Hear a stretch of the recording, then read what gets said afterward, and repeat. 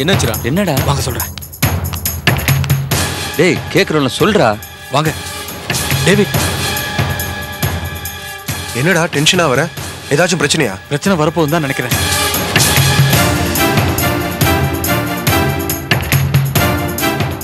என்னடா சொல்றீங்க? கொஞ்ச நேரத்துக்கு முன்னாடி எங்க வீட்டுக்கு ஒரு போன் வந்துச்சு. ஹலோ சொல்லி கட் பண்ணாங்க. அநேகமா அருந்ததியோட அப்பாவா தான் இருக்கணும். என் வீட்டு போன் நம்பரை கண்டுபிடிச்சவங்களுக்கு இந்த இடத்த கண்டுபிடிக்கிறது ஒன்றும் பெரிய விஷயம் இல்ல. அவங்க இங்க வரத்துக்குள்ள நாம இங்க இருந்து எஸ்கேப் ஆயிடணும்.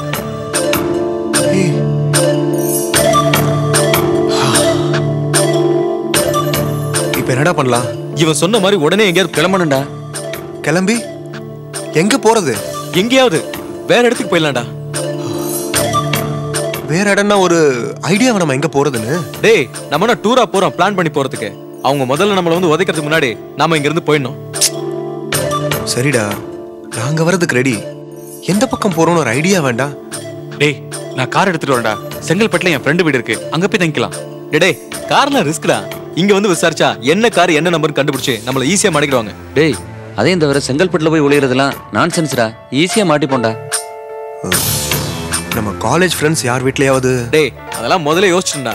நம்ம காலேஜ் ஃப்ரெண்ட்ஸ் எல்லாருக்குமே இந்த மேட்டர் போய் சேர்ந்துருக்கும். அது மட்டும் இல்லாம அருந்ததியோட அப்பாக்கு வர நம்ம காலேஜ் ஃப்ரெண்ட்ஸ் மேல தான் முதல்ல டவுட் வரும். அதுவும் வேணானா வேற எங்க தான்டா போறது? தயவு செஞ்சு எல்லாரும் நான் சொல்றது கொஞ்சம் கேக்குறீங்களா? என்ன? எத்தனை நாளைக்கு தான் எங்க அப்பாக்கு பயந்து பயந்து ஓடுறது? வர்றது வரட்டும். அப்பா வந்தா என்னதான் நடக்குதுன்னு பாத்துடலாம். பார்க்கலாம் முடியாது. முதுகு காட்டி வாங்கிக்கிற வேண்டியதுதான். பின்னிடுவானுங்க. அடிக்கட்டுமே. முதல்ல என்ன அடிச்சிட்டு அதுக்கப்புறம் உங்க எல்லாரையும் அடிக்கட்டும். ஓடி ஓடி ஒளிஞ்சிட்டு இருந்தா பிரச்சனை வளர்ந்துகிட்டே தான் இருக்கும். இதுக்கு ஏதாவது ஒரு முடிவு கண்டிப்பா தெரிஞ்சே ஆகணும். எங்க அப்பாவை நேருக்கு நேர் ஃபேஸ் பண்றதா ஒரே வழி. அருந்ததி நல்லா யோசிச்சு சொல்லு. இப்படியே போச்சுன்னா நிலைமை ரொம்ப மோசமா போனாலும் போயிடும். இத பாரு டேவிட், செத்தாலும் உன் கூட சேர்ந்து சாகணும்னு தீர்மானத்தோட இருக்க. நீயும் அதே உறுதியோட தைரியமா என் கூட இருந்தாலே போதும். நம்ம யாருக்கும் பயப்படவும் வேண்டாம், எங்கேயும் ஓடி போகவும் வேண்டாம். வீட்டை விட்டு கிளம்பி வந்தப்போ எந்த தைரியத்தோட வந்தோமோ அதே தைரியத்தோட இருந்தாலே போதும். வர்றது வரட்டும். ஓகே அருந்ததி, நீ சொல்றதா சரி. டே நாங்க இங்கே இருக்கோம்டா. ஓகேடா, இந்த பிரச்சனை தீர்றதுக்கும் இதான் ஒரே வழின்னு எனக்கும் தோணுது. நீ எதை பத்தியும் கவலைப்படாத. எதா இருந்தாலும் நாங்க பாத்துக்கிறோம். தேங்க்ஸ்ரா. டேய் வாங்கடா. ஒரு நிமிஷம், உங்க போனை கொஞ்சம் தரீங்களா?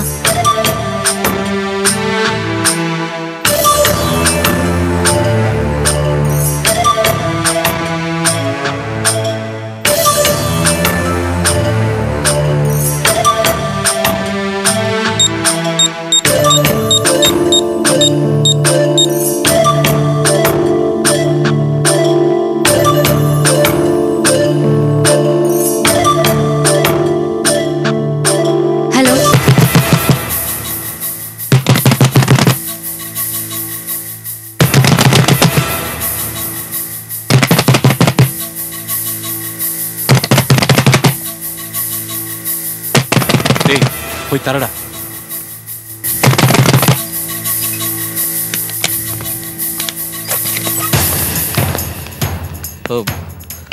என்ன சார் வேணும்?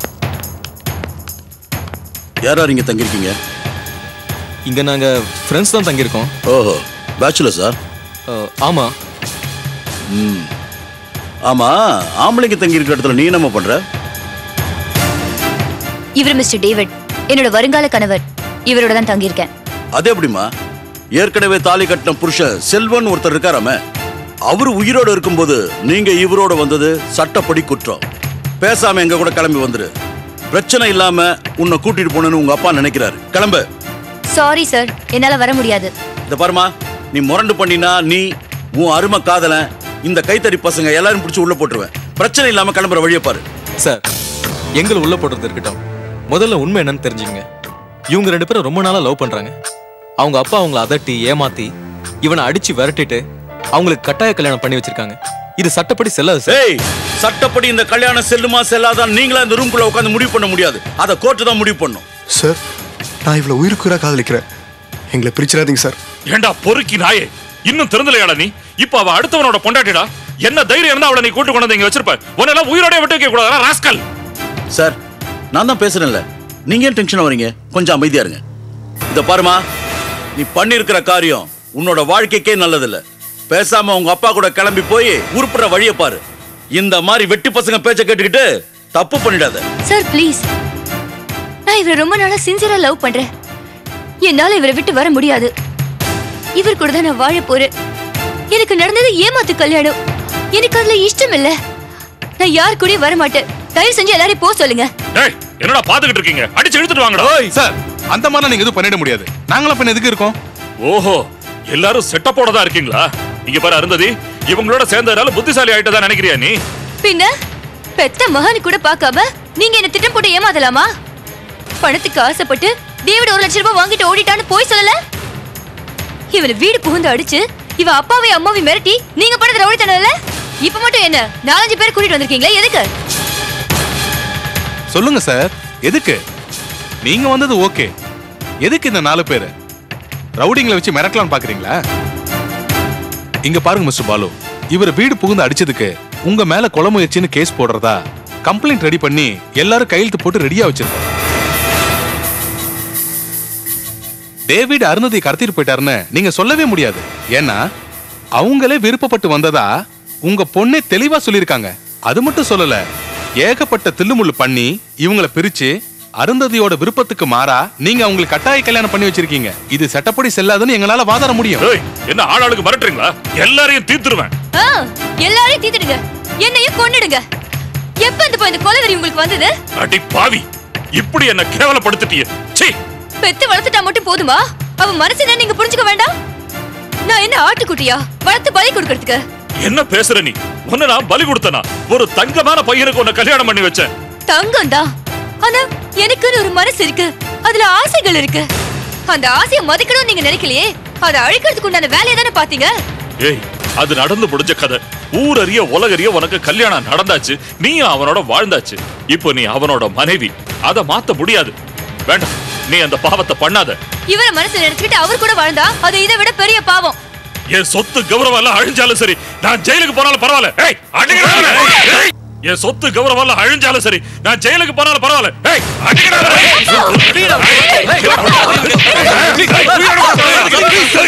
செல்வம், நிறுத்துங்க, போங்க, அந்த பக்கம் போங்க. இங்கே நில்லுங்க. என்ன சார் நடக்குதுங்க? இவங்களெல்லாம் கொலை பண்றதுக்கு அவதாரம் எடுத்திருக்கீங்க. உங்க வயசு, மரியாதை, கௌரவம் எல்லாத்தையும் ஒரே நிமிஷத்துல மறந்துட்டு எப்படி சார் நீங்க போய் இப்படிலாம்? நான் சொல்றேன், தவறா எடுத்துக்காதீங்க. எதையோ ஒண்ணு உங்க மனசுக்குள்ள நீங்களே நினைச்சுக்கிட்டு அதுதான் கௌரவம் நம்பி வாழ்ந்துகிட்டு இருக்கீங்க. அது கிடையாது. நான் ஒண்ணு கேட்கட்டுமா? இப்ப இந்த பொண்ணு இவர்கிட்ட இருந்து பிரிச்சு ஏன் கூட அனுப்பி வச்சுட்டா உங்க கௌரவம் எந்த பங்கமும் இல்லாம பத்திரமா இருக்குமா? எப்ப இவ என் வீட்டை விட்டு வெளியில வந்து இவர் கூட தங்கணும்னு முடிவு பண்ணாலும் அப்பவே எதுக்குமே அர்த்தம் இல்லாம போயிடுச்சு. உங்க கௌரவம், என் கல்யாணம், இவ என் பொண்டாட்டிங்கிற உறவு, இவ கழுத்துல நான் கட்டின தாலி, எதுக்குமே அர்த்தம் இல்லாம போயிடுச்சு.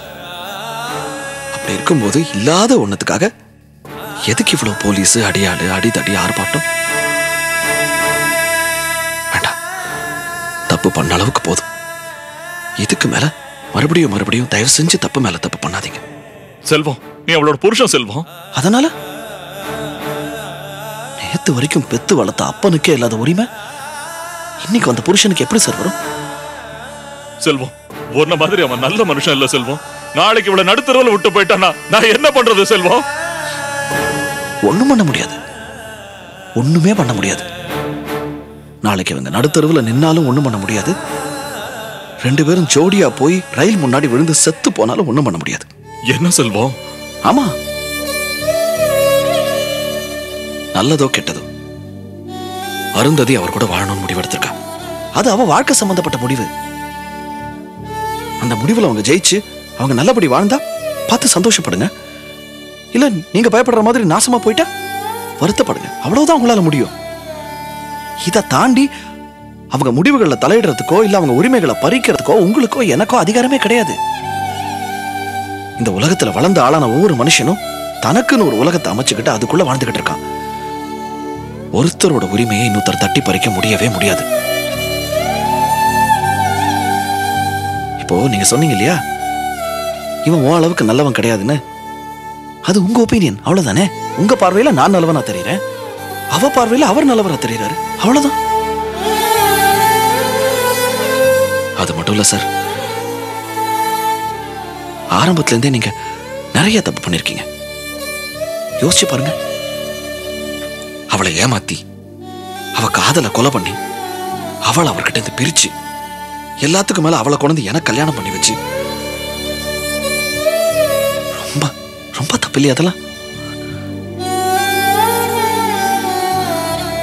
இதெல்லாம் பத்தாதுன்னு இப்ப 2வது முறையா அவளை அவர்கிட்ட இருந்து பிரிச்சு 2வது முறையா என் கூட சேர்த்து வைக்கிறதுக்கு உங்களுக்கு போலீஸ், அடியாளு இதெல்லாம் தேவைப்படுது.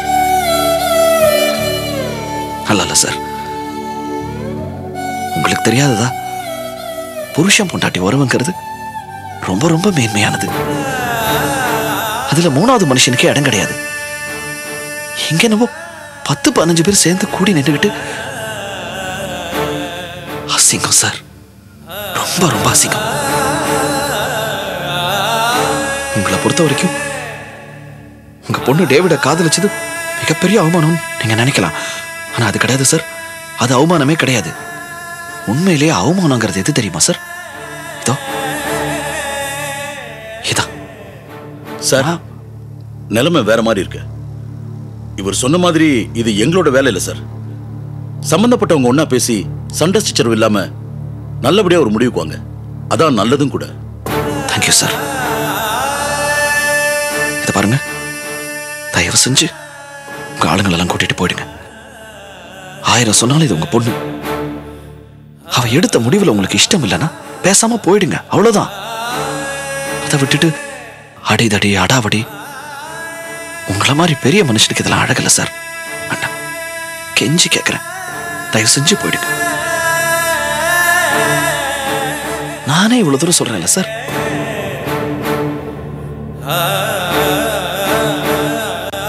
உண்மையிலேயே என் மேல ஏதாவது கொஞ்சம் மதிப்பு மரியாதை வச்சிருந்தீங்கன்னா தயவு செஞ்சு போயிடுங்க ப்ளீஸ்.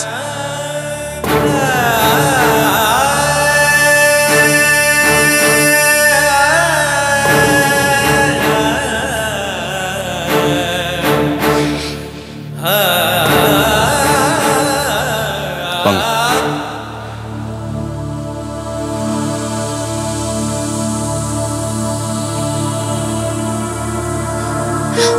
என்னங்க?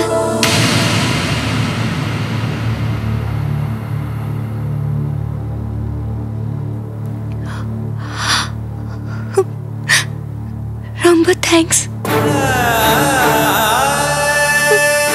சார்.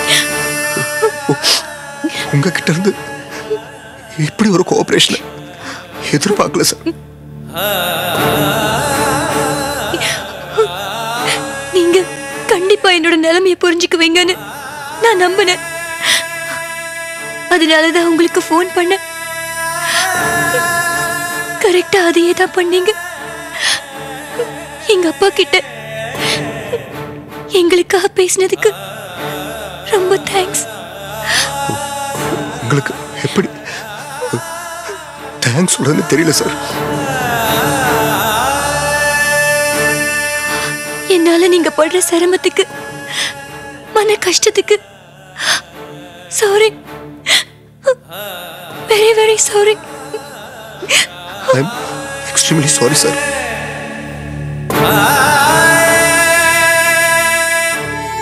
சாரி சொல்றதுனால புதுசா எதுவும் நடந்துட போறதில்ல. நீங்க 2 பேரும் நடந்துகிட்டதுக்காக எனக்கு எந்த வருத்தமும் இல்லை. என்ன நீங்க 2 பேரும் ஒண்ணு சேரணும்னு இப்ப காட்டின அந்த உறுதிய என் கல்யாணத்துக்கு முன்னாடி காமிச்சிருக்கலாம்.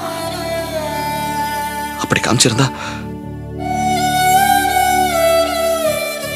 யாருக்கும் தேவையில்லாத சங்கடங்கள் இருந்திருக்காது.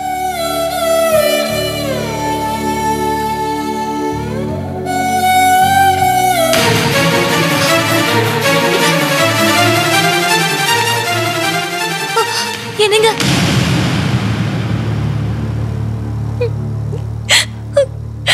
இப்பதாங்க உங்களை எனக்கு ரொம்ப பிடிச்சிருக்கு.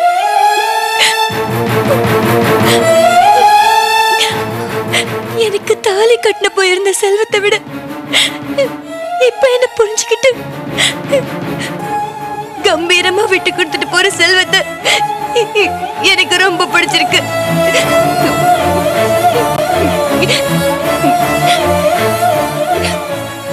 பிடிச்சிருக்குன்னு சொல்றவங்க யாருமே எனக்கு சொந்தமா இருக்க கூடாதுங்க. எடுத்து எனக்கு இப்பதாங்க கடவுள் மேலே கோவம் வருது. உங்களை நான் கல்யாணம் பண்ணிக்கிட்ட பிறகு டேவிட நான் மறுபடியும் பார்த்திருக்கவே கூடாது. உங்களையும் பிடிச்சு போய் ப்ளீஸ் தயவு செஞ்சு இந்த நேரத்துல என்ன பிடிச்சிருக்குன்னு மட்டும் சொல்லடா. என்னால அதை தாங்க முடியாது. என்ன பிடிக்காம வெறுத்து போய் இன்னொருத்தன் கூட நீ வாழ போயிருந்தீங்கன்னா என் தலைவீதி அதுதான் நினைச்சு நான் பாட்டுக்கு என் வாழ்க்கையை தொடங்கியிருப்பேன். ஆனா இப்படி போற நேரத்துல பிடிச்சிருக்குன்னு சொன்ன எப்படி ஒண்ணு நான் வர இருந்தது. என்னங்க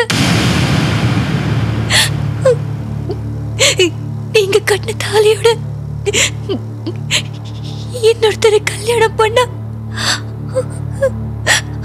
அது அது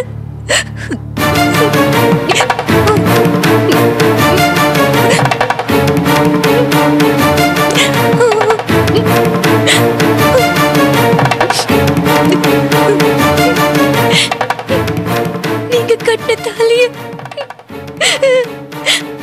உங்ககிட்ட கொடுக்கறதாங்க முறை.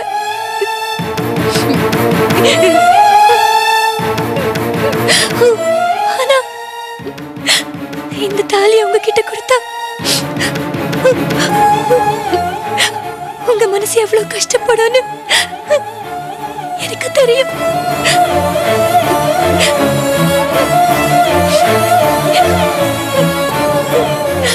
கொஞ்ச நாள் ஒரு நல்ல மனுஷன் கூட வாழ்ந்ததுக்கு அடையாளமா உங்க ஞாபகார்த்தமா இது என்கிட்டே இருக்கட்டும்.